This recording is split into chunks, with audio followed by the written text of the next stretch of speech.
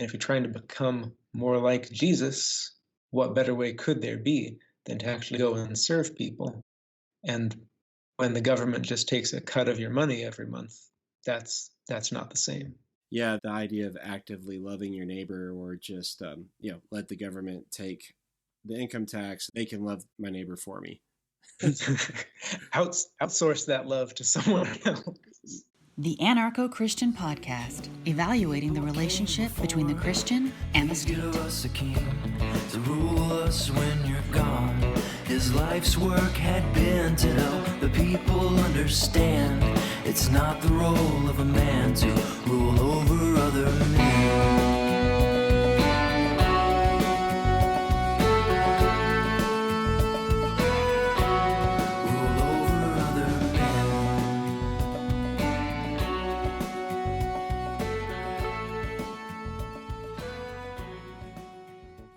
Hey everybody, welcome back to the show. I'm very excited to have Jeff and Justin with me from the Voluntaryism In Action organization. So if you guys go ahead and introduce yourselves, and let's get into what is voluntarism. Hey, what's going on, guys? My name is Justin Glassman. I am the assistant director for VIA. I've been with VIA since about 2018, right before we turned it into an actual 501c3 nonprofit. Jeff, why don't you go ahead and introduce yourself? Well, sure. Hey, everyone. I'm Jeff. I am the publishing manager of Voluntaryism In Action. Now, what that means is that I handle most of the media that's not memes, at Voluntaryism In Action. And now, what is voluntarism, you ask? Yeah, what is this word that I'm sure some people might be familiar with, but I think it's still a rather new word in the discussion out there. I think we're still debating on how it's spelled. Yeah, there's some people spell it voluntarism, some people say voluntarism without the Y. But the original proponent of it was a man named Auberon Herbert, and he was in British Parliament I guess he passed away in the early 1900s. So most of what he said and wrote was in the 1800s, and he deduced or worked out that people act according to their own free wills, and that's part of what makes people human. And therefore, that anything that encroaches upon another person's free will is by default immoral, even if it's supposedly to achieve a noble goal. And so from that, he concluded that the only moral human interactions were ones that were completely voluntary, where the person understood what they were doing and chose of their own volition in order to do it. Now, in that respect, he was kind of a proto-Rothbardian, and I didn't know before Tom Woods told me this, but Rothbard did in fact was influenced by Herbert, and he even used early pen name of his was even a version of Auberon Herbert's name. I thought that was pretty neat when I found that out. Yeah, I had no idea. I remember listening to that on the podcast. It was pretty cool. Yeah. And so the idea, I mean, he carried it pretty far in some of his writings. Some of the vocabulary and words that he used sound strange today, like he advocated for a voluntary state and voluntary taxation. From our perspective of Mises and Rothbard, that's self-contradictory because that's what the state is. It's an involuntary relationship. But what he was arguing is that in order for the existence of government to be moral, it would have to be voluntary as to who was going to be a part of that, who was going to be subject to it. And the funding, of course, would have to come from voluntary donations or payments for services that are voluntary agreed upon. I guess what makes it different, because I was thinking about this, is we've got a lot of different types of liberty philosophies that are all very similar. You know, there's libertarianism, there's agorism, there's certain strains of anarchism like anarcho-capitalism. And to me, they all kind of have, what sets them apart is the different emphases of them. Like libertarianism focuses mostly on private property rights, and agorism is all about the market. And voluntarism, I think, focuses specifically on the voluntariness of the interactions between individuals, and that element has to be there in order for it to be moral.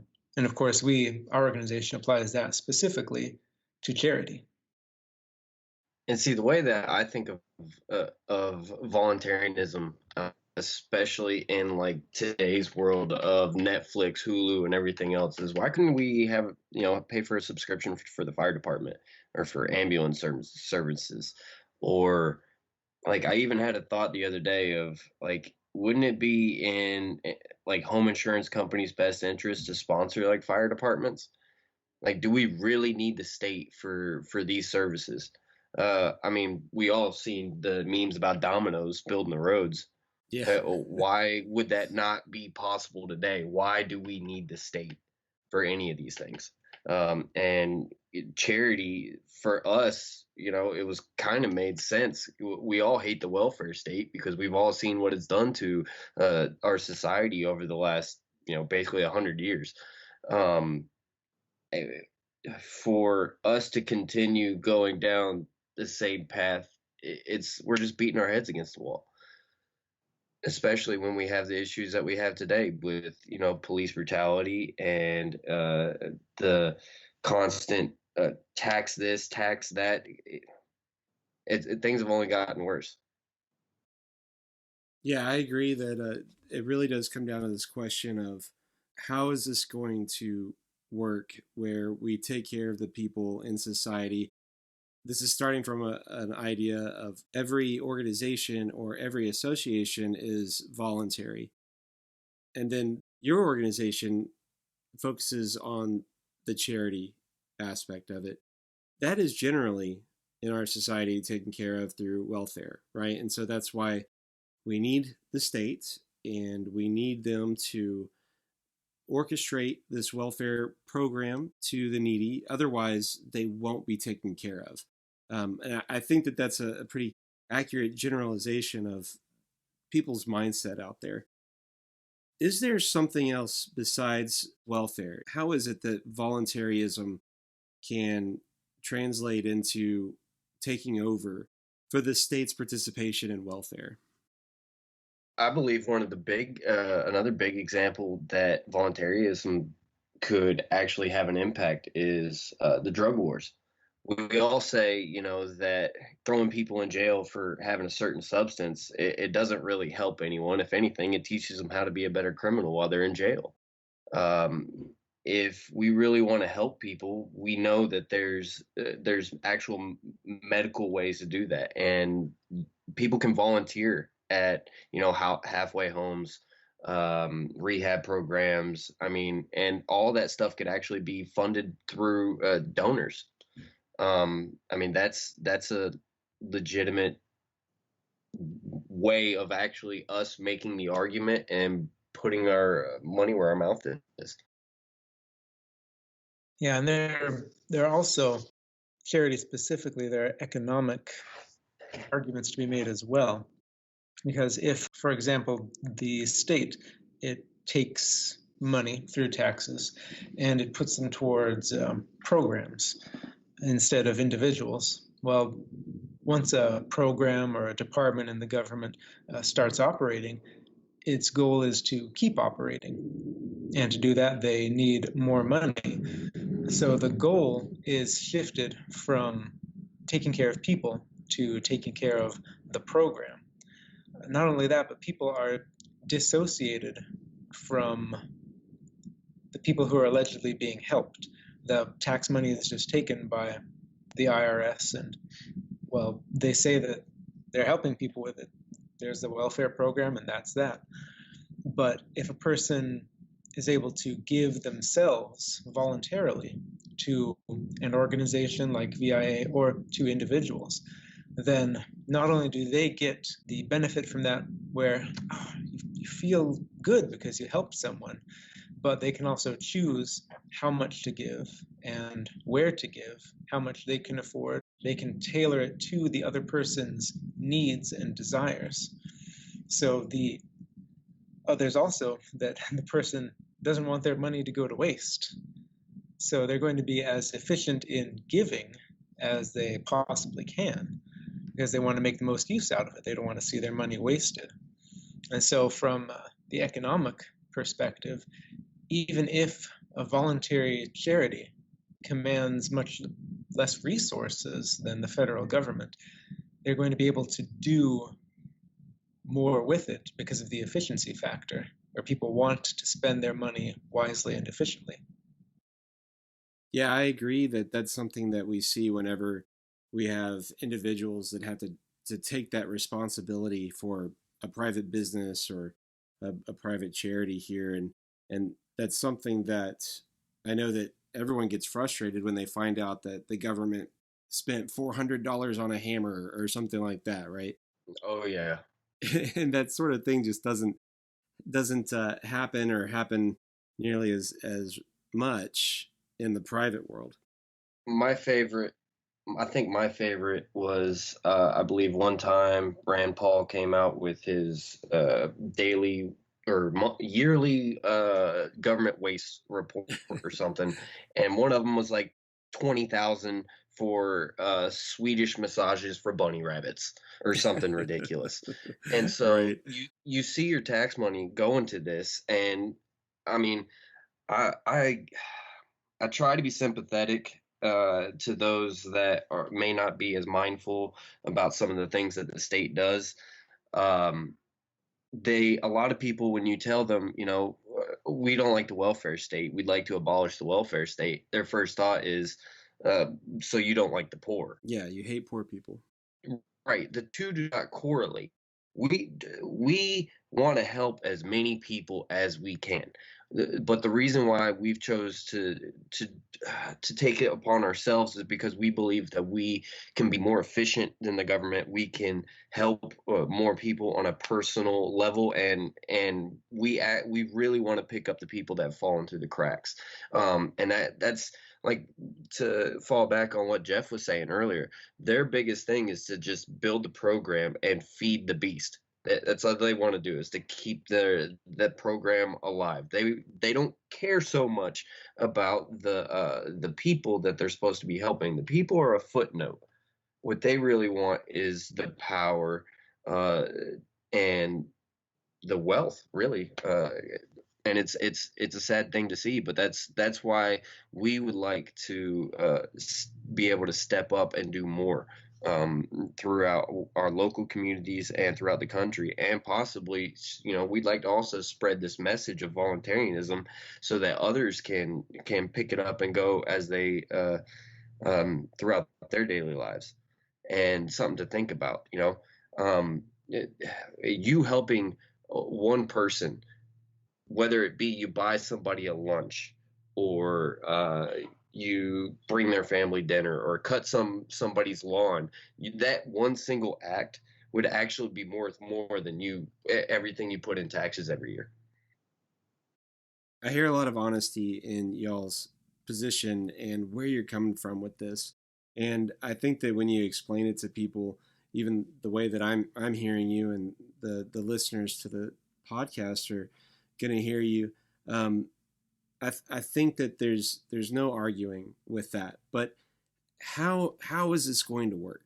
Like, okay, I see that you're honest about it. I see that there's a lot of emotion or care behind this, but how does it actually work? I mean, how's it going to work without this state behind it, this powerful state entity? So you're asking how it does work now, or how it could work everywhere without the state?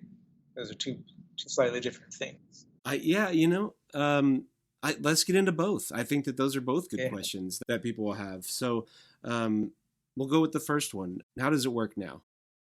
You handle that one, Justin. I'll take the second. How about that? Man, I wanted the second one. Oh, well, Okay. no, we can switch. That's fine. Oh, okay. Go That's ahead. fine. You go first. Okay, so what happens now is with VIA. So our team, we identify a need. Either someone contacts us asking for help, we see something in the news about a disaster, or we just know that there's a situation that's ongoing. The coronavirus stuff that's been going on with all the government restrictions and job loss has been a big one. But so we identify this need, and then we figure out how we can best help. And that could be by contacting the people who are actually in distress.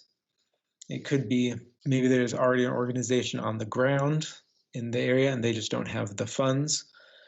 So we identify the need, and then we solicit donations. Now that could be, we operate a lot through social media. You've probably seen we've got a lot of memes and all of. Yeah, I've seen them. I've shared them. Yeah. Oh, well, thank you. So we've got all of this stuff to kind of generate interest in the organization, and then that helps people keep us in mind for when something does come up. We solicit the donations. We put it out there. Hey, we've got this new program, or there's this urgent need, and then send in the money. We get it to where it needs to be. Now, like I say, that could be somewhere right on the ground. Last year, I think it was last year, there were a lot of bad storms. There was tornadoes in, what was it, Nashville, Tennessee, and there's a lot of destruction. So we were able to reach into and tap out, especially the Liberty community, because of the emphasis on liberty in our message, and get donations from them, get it to where it needed to go, where the bad stuff was actually happening. And we also have programs that we run ourselves where we help people directly.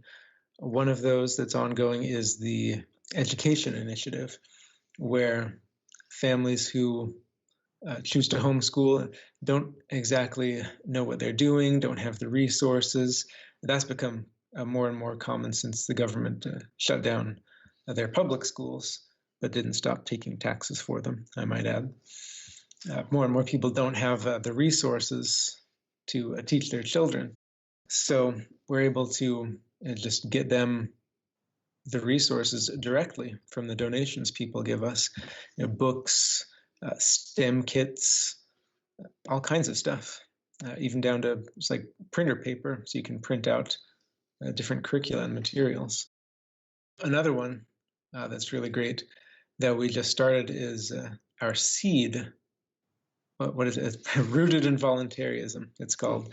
Where people who are interested in growing their own food, in sustainability, self-sufficiency, even teaching their kids some basic life skills of growing plants. We're able to send them heirloom seeds, thanks to a partnership with a True Leaf seed company. And that's a really great one. And it's identifying a need that is... That's cool. Yeah, it's not something that would be thought of typically by a government organization. Speaking of that, another great one, we partnered with a village over in Sierra Leone. Yeah. And instead Kids of... Compassion. Yes, Kids Compassion Charity, thank you. And the classic model of giving to a foreign country is the government takes money, the United States government takes money from its citizens and gives it to the government over there. And in theory, the government over there distributes it to its citizens. But a lot of governments are corrupt just by their nature, and historically not much aid actually gets to where it's supposed to go. Fortunately, using the magic of Bitcoin, we're able to bypass governments and fiat completely and send aid directly to this village. And they send us receipts where everything is going. Our contact over there, Mustafa, he's very, very meticulous because he knows that our relationship is completely voluntary. He wants our continued help. And so he's very careful to show us where the donations are going to show us that the money is being well used. And then I feel like Mustafa records every lunch session and sends it to us. And to be honest with you, it's pretty cool to see like a whole village of kids getting fed, and we were able to assist in that, and that our donors were able to do that, and to be able to do that with a beautiful thing that is Bitcoin, the technology of that, where we are with today's technology, it makes the possibility of voluntarism that much more possible. Because like Jeff was saying, you were able to, or we're able to send this money halfway across the world to somebody directly. We don't have to send it to the government of Sierra Leone. We can actually send it to this man, somebody that we trust, we vetted, and he takes this and he helps his people with his organization that is Kids Compassion. And it's a really cool thing to see. Yeah, that's incredible. And that's something a lot of people don't think about today, is the technology that we have and how we can use it to free ourselves from government. And I think that Bitcoin has really opened up a lot of people's eyes in that. And another thing that a lot of people don't think about, and this kind of leans more towards your second question from earlier, is how could we as a society get away from government but still be able to have the perks of, pretty much being in a society with fire department, policing, and such. Facebook, man, Facebook, Discord, Twitter. We are able to connect with people all the way across the world within seconds. There's a tornado that drops somewhere in the Midwest. You know about it within minutes because when you're scrolling through your Facebook feed. Is somebody that wants to help in that moment take 2 minutes out of their day and can send fiat, Bitcoin, whatever, and there's money on the ground, as long as you know that there's somebody there, that can distribute the money to where it actually needs to go, or the help to where it actually needs to go. That's something that we're kind of looking forward to in the future. We would actually like to be able to have like almost little branches of VIA around the country, where if something does happen, we have volunteers on the ground within, hours, days, whatever. That's something like a hurricane or a flood or something like that, or exactly. some sort of natural disaster. Right. And, I believe Jeff wrote a story one time about the Cajun Navy. That is a perfect example of voluntarism in action, literally, no pun intended. These guys drop what they're doing. They hop in their boat, or not really. They tie the boat or put the boat on the back of the truck. They drive to, Florida or wherever the hurricanes hit, and they're down there in the trenches helping these people. And no government told them to do that. They decided on their own free will that, hey, these people need help. I can do this. I'm going to go and I'm going to help these people. And what we would like to see is that taken to a much grander scale, obviously, because it would take that in order for us to alleviate ourselves from the state. It would take a lot more responsibility on the individual and their local communities. But in our view, the rewards of that far outweigh the costs. Yeah, and you bring up a good point with the way that all of this it seems more possible now, right? Like it was always possible for people to band together and help in a community, but just even the global reach because of technology.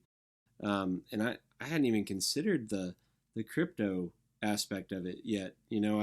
I see the ability to quickly check on something, either it's Google for a business or Yelp reviews or something like that.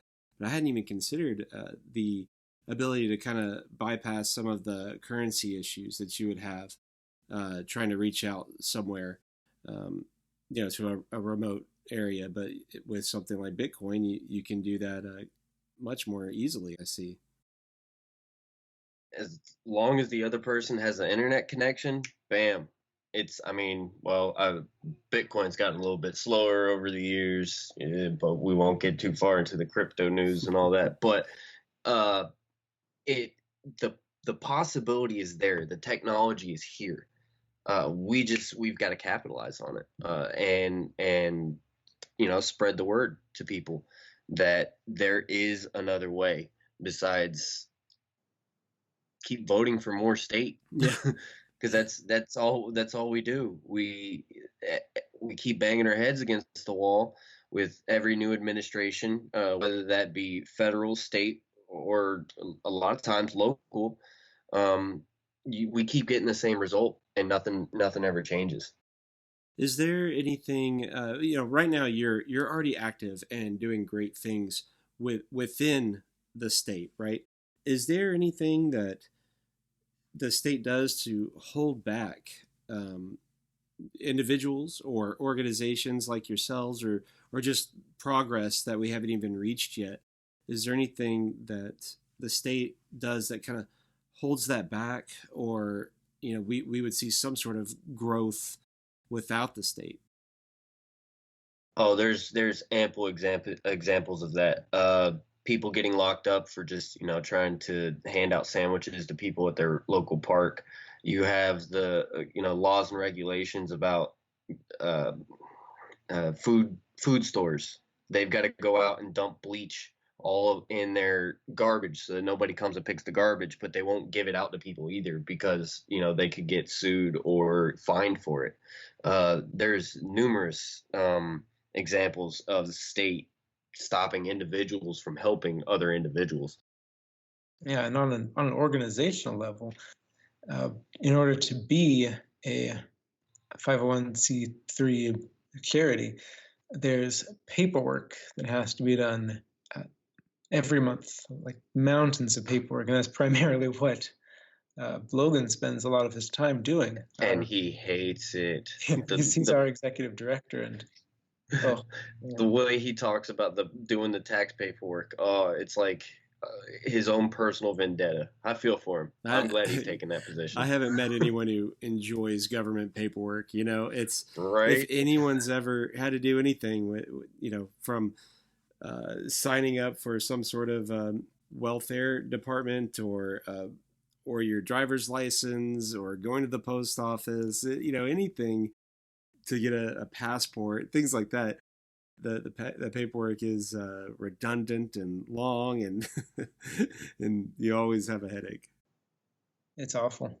And then pulling it back even from that view, we see that what government taking on itself more and more of the roles that should be fulfilled by private individuals and private organizations, we see that the people who are left then have to compete with the government services. Mm-hmm. And this is a problem for at least two reasons. One, because the government is not particularly efficient at using money because they're separated from the costs of it. So if they aren't good at using their money, it doesn't mean that they're going to make less money because their salary is just from the government and from the tax money that they get. And so they're separated from the efficiency of their problem. If anything, there's an incentive to be less efficient because then you can tell the government superiors, oh, we spent this much money, we need a bigger budget next year. Mm-hmm. And then there's the additional problem of them being funded by taxes. They can't not run out of money because they'll always just take more money from people. So then private organizations, private charities, and individuals are trying to compete for giving with the free, allegedly, services that the government offers. And of course, we know it's not really free because it costs money from the taxes, but they're free.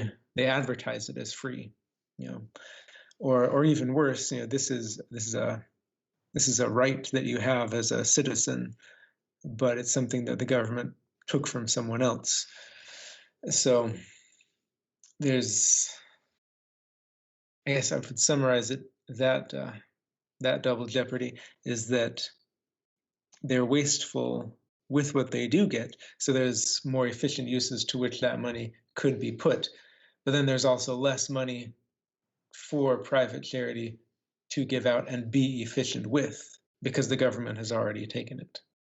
And I think that that's something that everybody, left, right, and in the middle, can agree or has thought at some time that the government is corrupt and inefficient.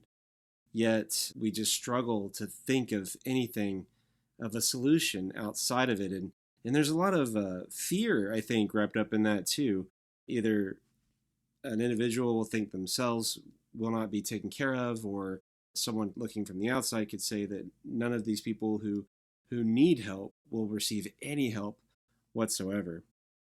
A lot of that comes from the fear of the unknown. Mm-hmm. People have been indoctrinated from the day they're in diapers to that the state is always going to be there. Mm-hmm. Everybody remembers just call 911. It's unfortunate because it's a lot for us to fight against. Not only are you trying to change the way of people's thinking, but of people's education. Anybody that went to a public school, sorry, but you got indoctrinated, bud. And I mean, I hate to say it because I spent all my time in public school, but the things that I've learned since high school, like 12 years ago or whenever that was, man, I feel old. That have really opened up my mind to the fact that we have allowed ourselves to depend entirely too much on the state as a society. Yeah, I think that's one reason that they've seen that. And that's what they've seen, and that's the only thing that they've seen for most of their lives. That's why I think one reason organizations like Voluntaryism in Action are important.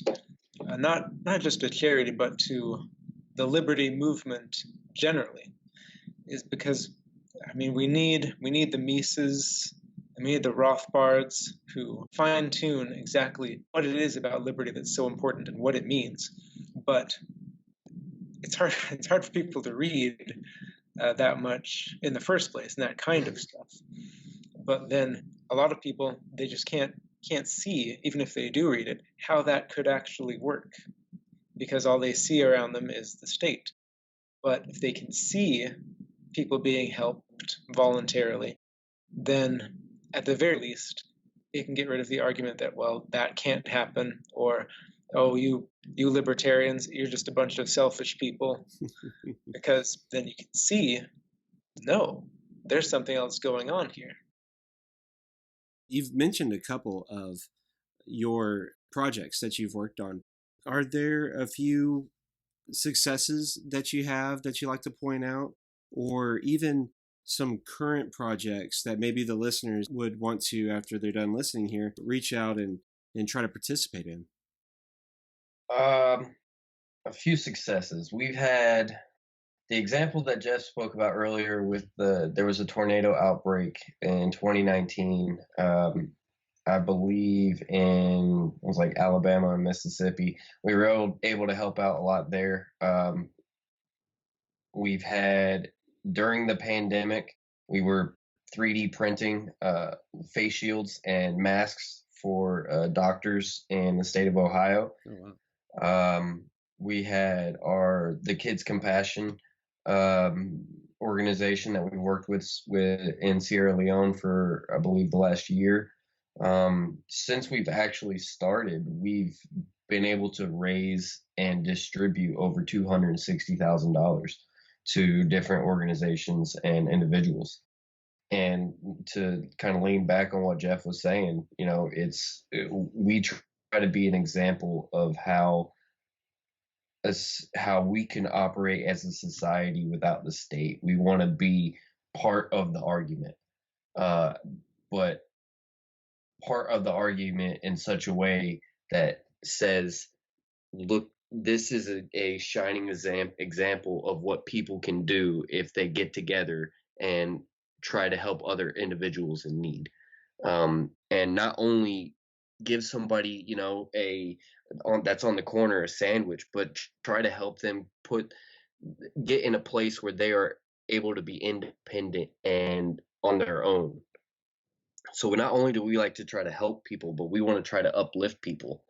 And some of the examples, like what Jeff was speaking on with the education program, we understand that a public school is a part of the problem, and so we decided that we needed to try to step up and fill that gap and have an opportunity for parents to look for other choices than just public schools, whether that be help them with getting homeschooling programs or the books they may need or whatever it may be.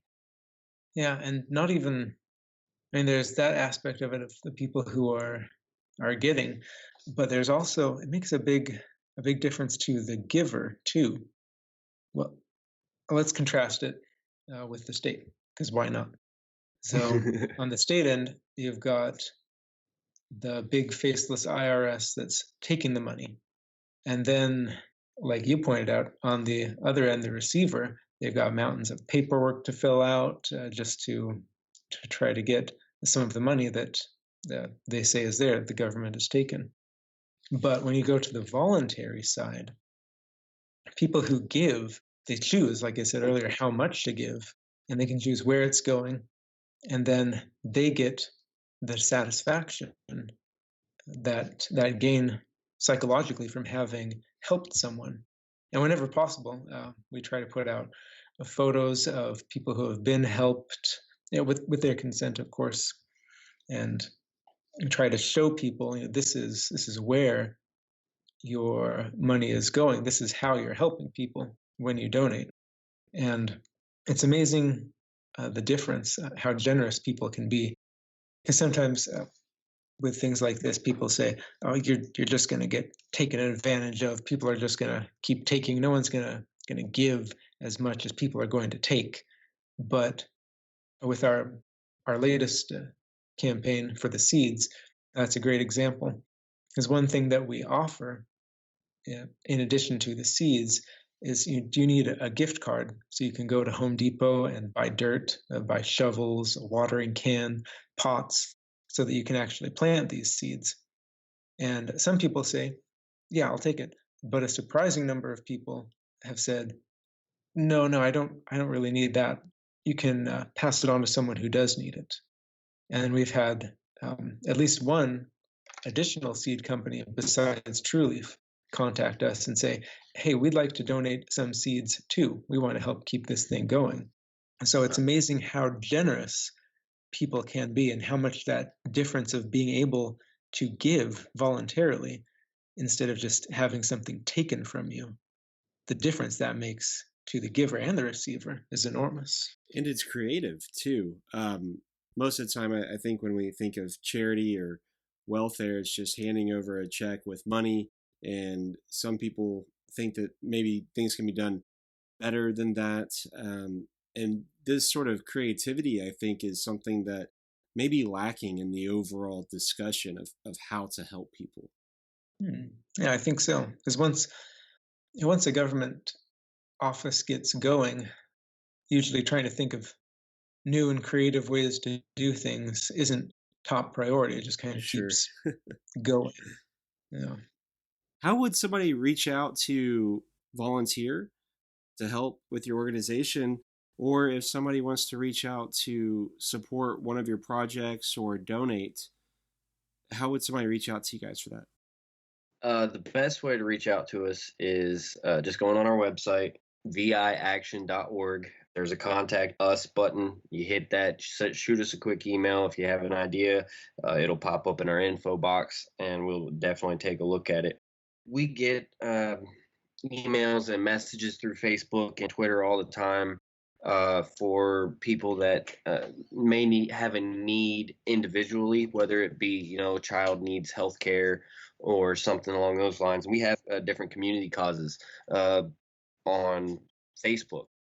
Mainly because on Facebook you can have communities, and we have a VIA community, and we like to share things from there on our main Facebook page. And usually those things are GoFundMe's, and occasionally, I believe we had somebody suggest us help out with the Australia wildfire situation.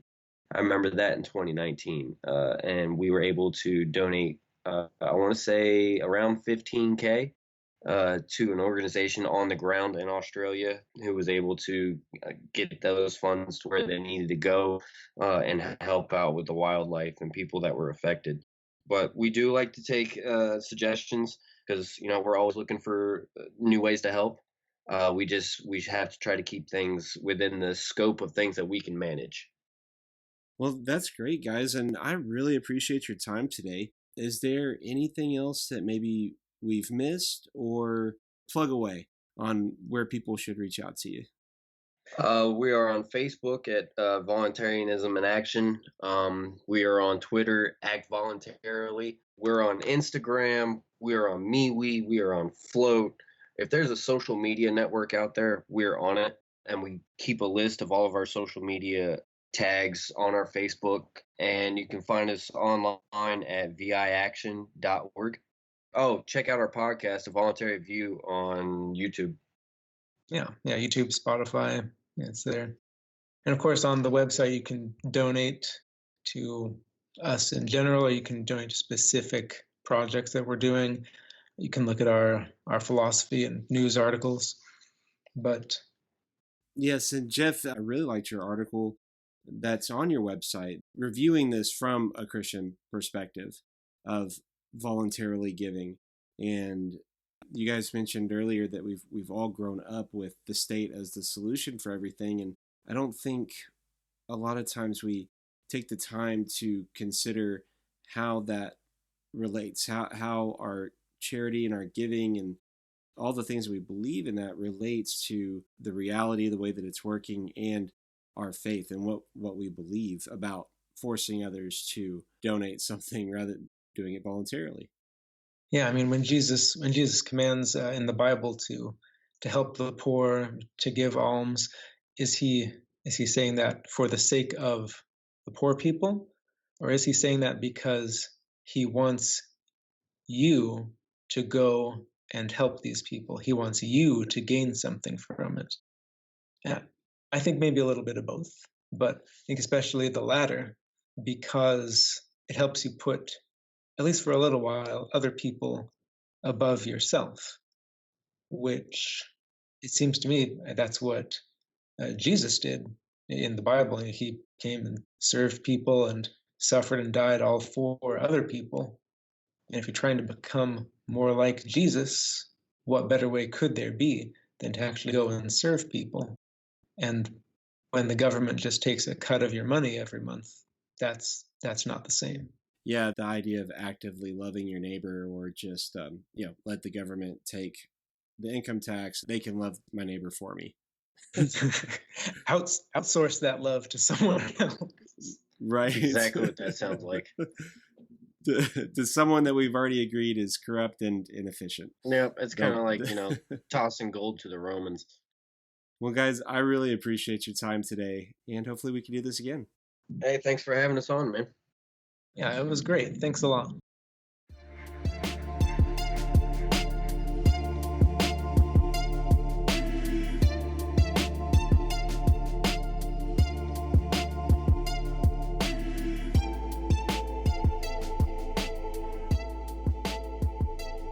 So what did you think? Have you heard the term voluntarism before? Or have you heard of the organization Voluntaryism in Action? I'd like to encourage you to check out their site at viaction.org. I will have a link to it as well as the other resources we discussed in the show notes. As well, I will have links to an article and to episode 9 going over the Christian roots of voluntarism. There's a lot of really cool history wrapped up in the origin of the term voluntarism. And one more thing before we close out today. One of the big arguments against a purely voluntary-based charity in society is the idea that people will not give. So the argument is that we need the state to do it, or it won't get done at all. We went over some of the responses to that in this discussion you just heard, but I also wanted to bring up another important fact. NationalPhilanthropicTrust.org keeps charitable giving statistics for the United States, and I would like to go over some key points that show just how charitable people are. And remember, this is true charity, not taxes confiscated under the threat of force. In 2019, Americans gave over $449 billion, which was a 5.1% increase from 2018. According to their most recent data, there are more than 1.54 million charitable organizations in the United States.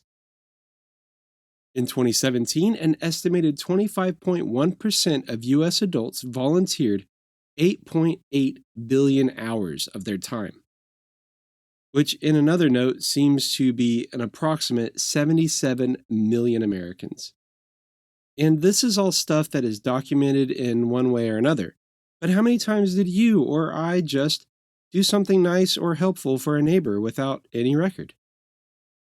All that to say, even if you think people are inherently selfish, and even with the state stealing almost half of our income, we still see an enormous amount of charity from the American people. How much more would we see if we could keep half of our income? I'll have a link to those statistics in the show notes too. There are some neat breakdowns between individual, corporate, and foundation giving.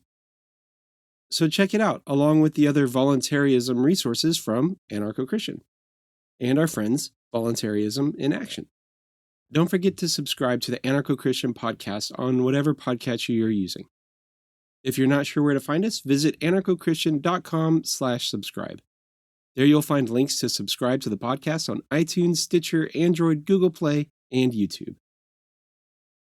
If you're enjoying the podcast, please consider letting us know by leaving a 5-star rating and review on iTunes, or wherever you catch the episodes. Also, like and share the episode on Facebook or the other social media sites. You can support this show with a monthly donation through Patreon or Subscribestar, or a one-time donation through PayPal. You can visit us on those sites, or you can visit the Support the Show tab on anarchochristian.com. That will take you to a page where you'll find links to Patreon, Subscribestar, and PayPal. Thank you to our newest patron, Wes. I really appreciate your support. So I think that's it for today. Grace and peace. No king but Christ. He cried out to God, won't you help them to believe?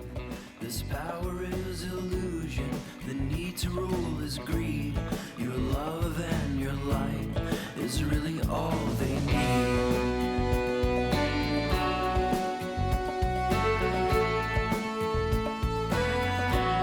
It's really all we need.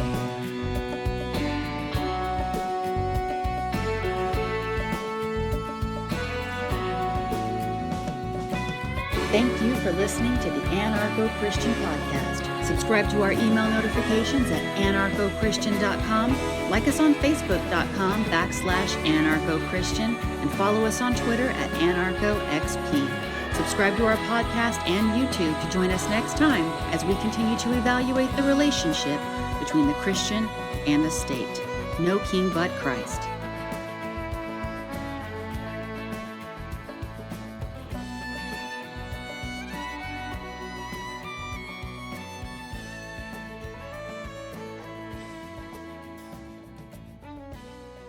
God said there's a season for every single thing. And if you're trying to become more like Jesus, what better way could there be than to actually go and serve people? And when the government just takes a cut of your money every month, that's not the same. Yeah, the idea of actively loving your neighbor, or just, let the government take the income tax. They can love my neighbor for me. Outsource that love to someone else.